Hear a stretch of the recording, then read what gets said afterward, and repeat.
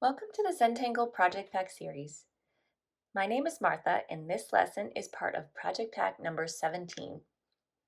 I will be using all the materials from our Project Pack 17 envelopes you'll see here. And project packs are available to purchase on Zentangle.com and from some of our certified Zentangle teachers. We do recommend very strongly to watch the introduction video first before starting on any of these lessons. And particularly this project pack is a cumulative process. So I'm going to say that you should have already done day one with Molly, and I'm going to be doing day two, and I hope you enjoy it. Before we begin tangling, you can see that I have all of my tiles prepared and ready to go. I have 3 different patterns here. And yesterday I followed along with Molly and I used a different string than she did, but you can see it came out really cool. And I'm going to be using this one with us with our lesson today. But before we begin, I do like to remind everybody that we are so lucky to be taking this time together. And so I do want to honor our first step in the Zentangle Method, which is gratitude and appreciation. So just a quick pause, maybe a quick breath, and let this moment be a gift for you today, and maybe pat yourself on the back for taking this time for yourself. And I know I'm so thankful that you've chosen to join me today. And I like to just close my eyes and take a deep breath and perhaps think about a happy memory or even the memory of when you first learned about Zentangle and how it made you feel, that excitement that started brewing, and maybe put some of that excitement into this day of tangling and remembering where we all came from. So I'm so excited to have you join me, and here we go. I'm going to be working on this particular string, and again, your string might be different than mine, but everything's going to work out just fine. So we are going to take one tile, and I'm going to take out all of my tools and have them ready when I need them. And this is a particularly even string, but what we're going to be working on together will fit in any space that you might have as well. So I'm going to start out with my black pen that came in my project bag, black 01 pen. And we are going to be working just in the corners, just the same that Molly did. Right now we're only working in the corner. So whichever tile you are working on, you can just focus on one corner for now. And I'm going to be doing a tangle that is pretty familiar to most people, and that is called Knightsbridge. If you want me to write it on the back, I can happy to do that.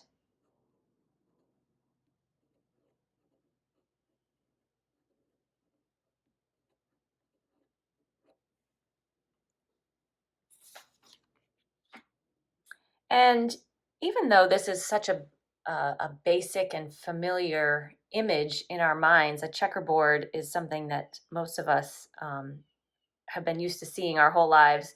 We don't want that to influence the way you approach drawing it with just straight lines. So I'm going to maybe take a slightly different approach to this.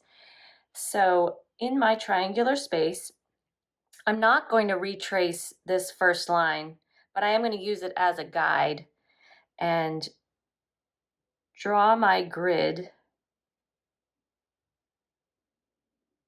with aura lines, using that as my guide. Turning my tiles slightly, and you can see that my lines aren't perfectly straight. they have a little bit of um, a little bend to them, not crazy, but perhaps as if they were blowing in the breeze a bit. So that's our basic grid, and we are going to start filling these spaces in. I'm purposely not going to trace over that string line, so I'm wanting to draw your attention to that. No matter where you start, we're going to just fill in a square, and then we're going to work in every other square to form our Knightsbridge.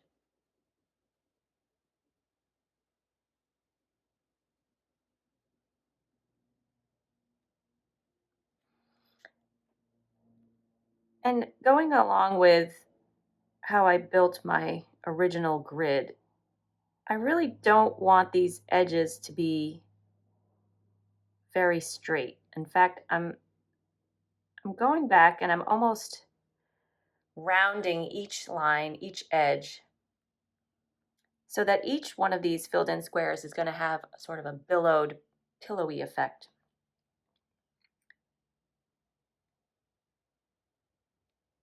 Using this grid as my guide, filling in each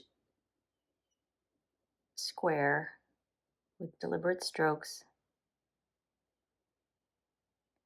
I like starting a tile with a lot of ink. It's a way of really setting the tone, making your initial mark count.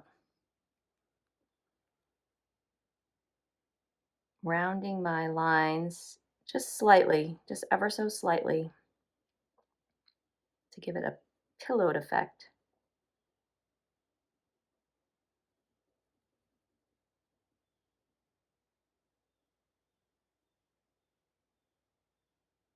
I think it's fun to approach something that is so familiar and try to think of a way that makes it feel unique and helps you focus a little bit more instead of assuming that next stroke. Let's be deliberate and let's think about ways that makes it unique and special.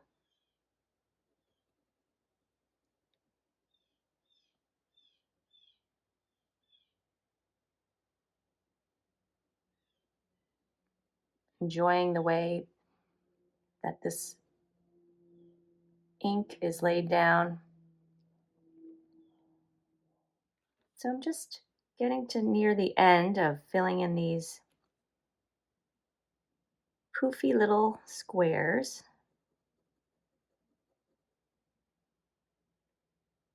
And your Knightsbridge grid might be larger than mine or smaller than mine. And your space might be a different shape, but each unique addition is going to make your kaleidoscope amazing.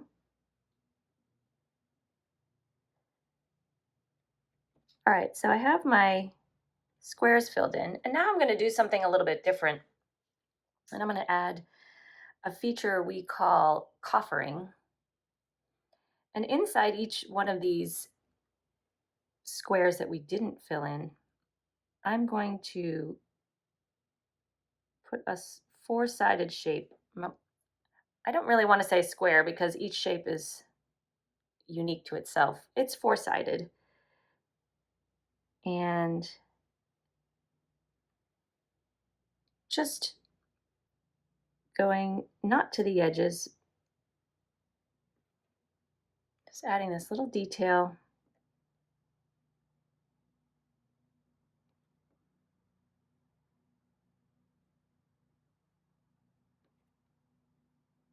You can see how a different size grid might make this challenging. So you're going to have to react to what you have on your tile.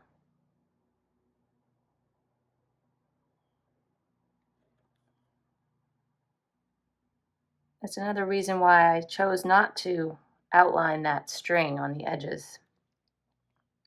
because I wanted this feature to stand on its own. So once you have your sort of inner aura four-sided shape, we're going to connect those corners like this for each one. So you can come up with your system of how you do that. I might do all of mine in one direction.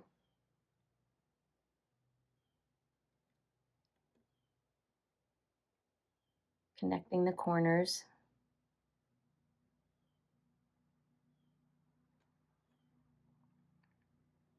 Enjoying how each one is slightly different than the other one. And that's what's making our Knightsbridge come alive, give it its personality.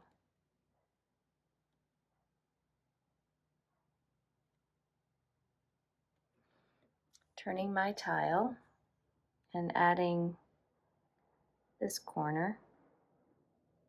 Appreciating how just a small detail changes a familiar tangle. There, so we have a coffered Knightsbridge on the corner there. Okay, so I'm going to let all that ink settle, and I will add some shade and color in a little bit. So I'm going to turn my tile and now do my next corner. And for this corner, I'm choosing to do a weighted spoken. Feel free to watch me first if you like. And I think to be, just to be able to use some of these wonderful pens, these different pens that come in our project pack, I'm going to grab the darker gray 01 micron. So exciting to have these new gray pens. We've been having a lot of fun playing around with them. So in the center of your space, and your space may not look like my space, but in the center of it, I'm going to draw an orb. And that orb is going to be our anchor. And if you'd like to watch me first, feel free. I think sometimes if you're left-handed or right-handed, you may prefer to do this stroke the opposite of the way I'm doing it. But for me, I'm going to be doing it like this. So I'm going to take off and land. And this is looking a bit like a number 9 or an elongated number 9. I take off from the circle and land on the line. So I'm going to turn my tile and mimic this same stroke, take off and land, turn my tile, take off and land.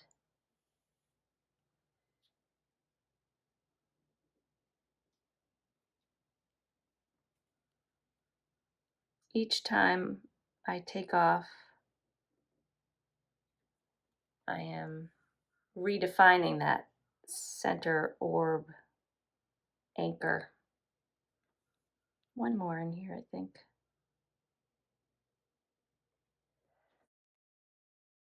There. So you can kind of start to envision how this might be kind of exciting, matching up with others that are the same. So taking these nice spiraled lines, I'm going to add some weight at the bottom, and we can all add weight in different variations. I'm weighting nearly the entire stroke, but you could perhaps weight yours more towards the bottom or with finer strokes. And maybe some of my strokes are weighted differently, and that it's that variation that adds your unique stamp on this piece. Where I have room on the edges, I'm going to borrow a stroke from my last tangle and sort of pillow it out from the edge, sneaking in just a tiny bit onto the other space.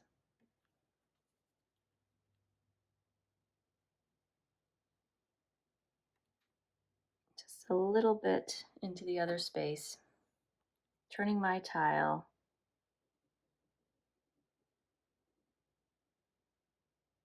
to gain the correct perspective to help my hand feel relaxed and happy. We don't want to strain our muscles in our hands. This one's a little unique.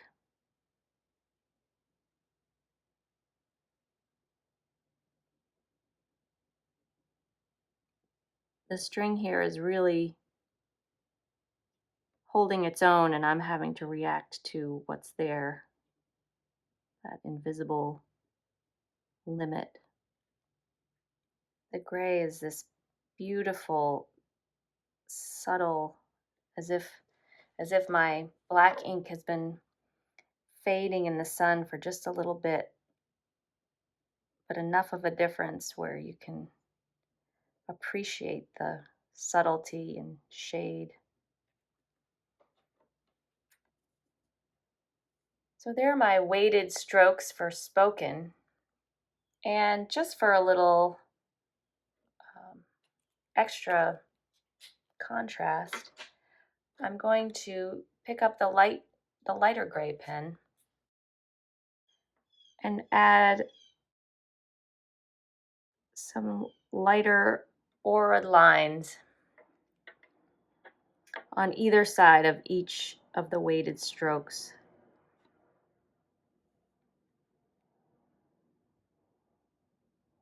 I'm using that same stroke where I take off from the center anchor and land on the line. These lighter gray strokes just adding a little bit of dimension, a little bit of support to my original strokes. And we will let this one dry as well. And for this final section, I am going to go back to my black pen. So for my next space, we are going to do, I guess, what you would refer to as one giant printemps. But because my space is angular, I'm going to have to draw my printemps with straighter lines. So treating this as one giant fragment, I'm going to start by tracing my first line,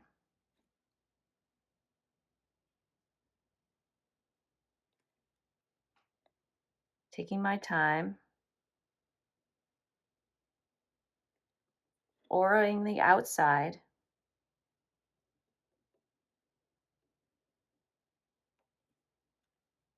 but now drawing a spiral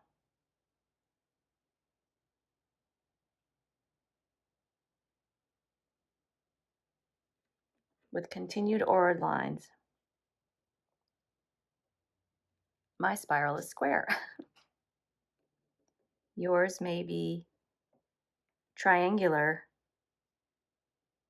or yours may be different shapes depending on your string that you're working with. I'm simply spiraling towards the center.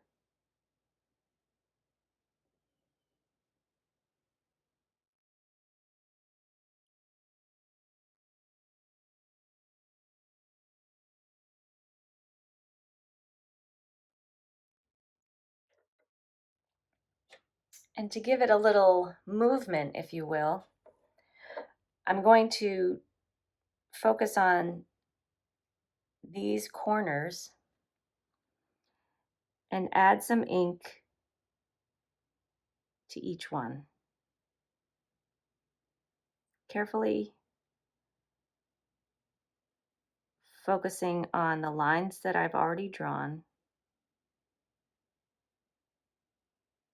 and rounding the edges.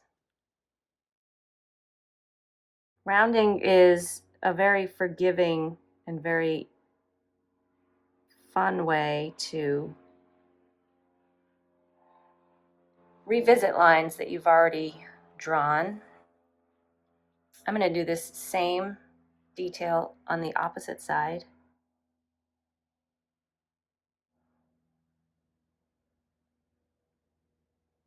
My rounding can be even, it can be uneven.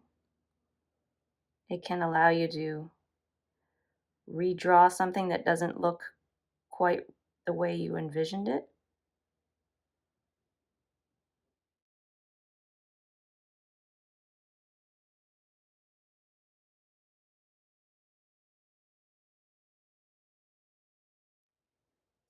So we've had a chance to let our tile dry a bit and get our ink all ready for the next layer of fun stuff that we're going to use. I'm going to grab one of my colored pencils. I have two that came in my project pack. And I think I'll grab this scarlet red color. It's beautiful scarlet.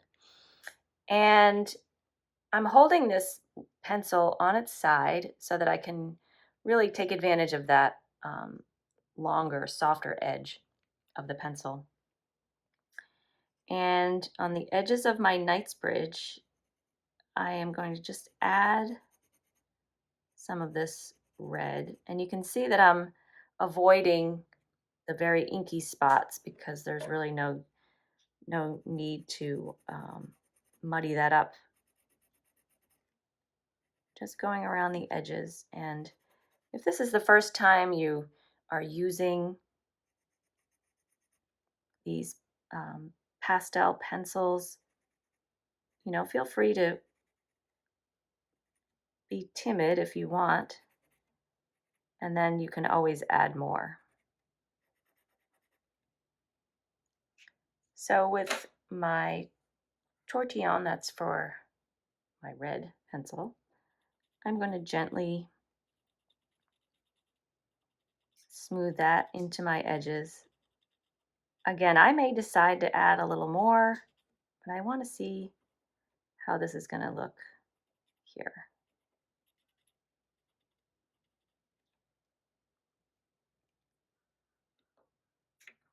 Perhaps with your graphite pencil, you can sort of add a perimeter of graphite just on the other side of the red. And with my graphite tortillon, again, inviting it into the paper. I'm being very careful to leave my center spaces very white so that we can maintain that contrast. So this doesn't look like much right now, but once we do the rest of our 6 tiles, and we can have fun putting them together, I think that this detail will really shine at that point.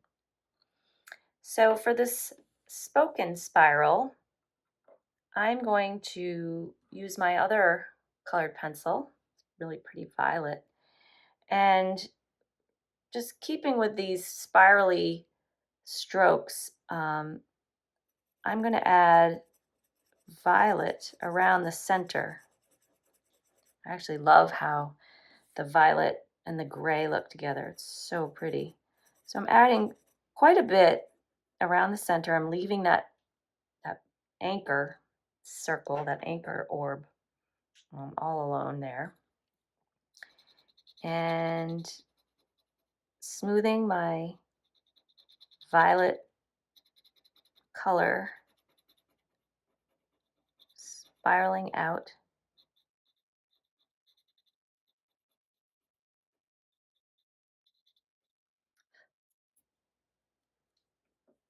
And then I'm going to take my graphite pencil and add a pretty pretty hard edge of graphite around the edges. This whole section really appreciating the shades of gray that are available to me.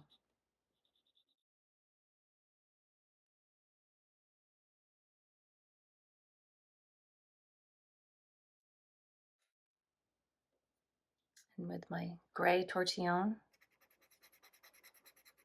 spreading that out, and really trying to leave white space also. Actually, just add graphite over these rounded corners.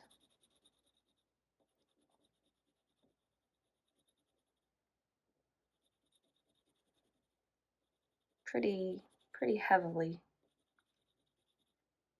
And maybe just a tiny bit at the top and the bottom.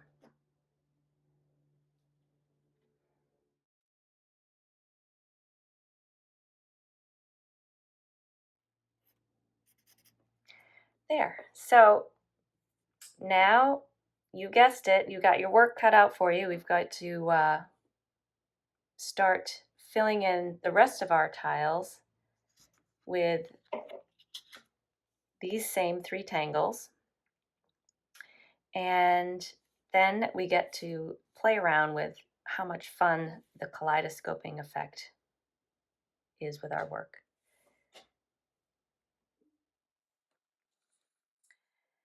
So I think it's important to remember that when you're filling in all of the other 5 tiles of your set, that you're going to want to tangle them in the same orientation. So you can see what I mean here.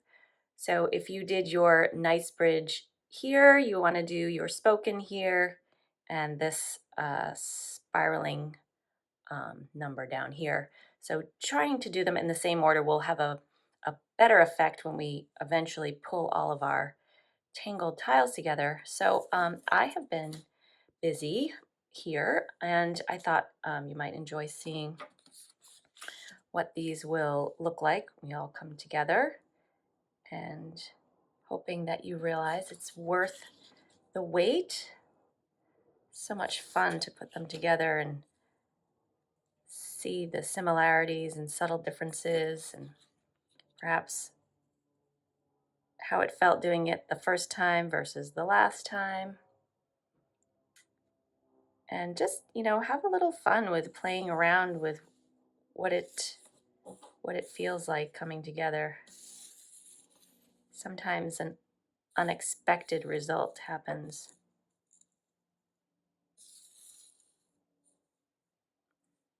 Isn't that cool? And remember that we've just set down the base layer here, and later on in the series we're going to be working on these middle spaces, leftover spaces, so you can start to imagine the masterpiece that is unfolding here. So thank you so much for joining me, and I am really looking forward to seeing how this whole project progresses and seeing your work on our app. Thank you for joining me. Have a great day. And before we go, let's take a look at the progress on our sort of alternative project we had going with the larger piece for those people that were kind of working in a different way. So after these first 2 days, we have all of our tangles put in here. It's sort of crazy quilty and looking very cool. So for those of you that are working just on one piece instead of the 3Z tiles, I hope you have something cool going on there too. Great work. See you soon. Bye-bye.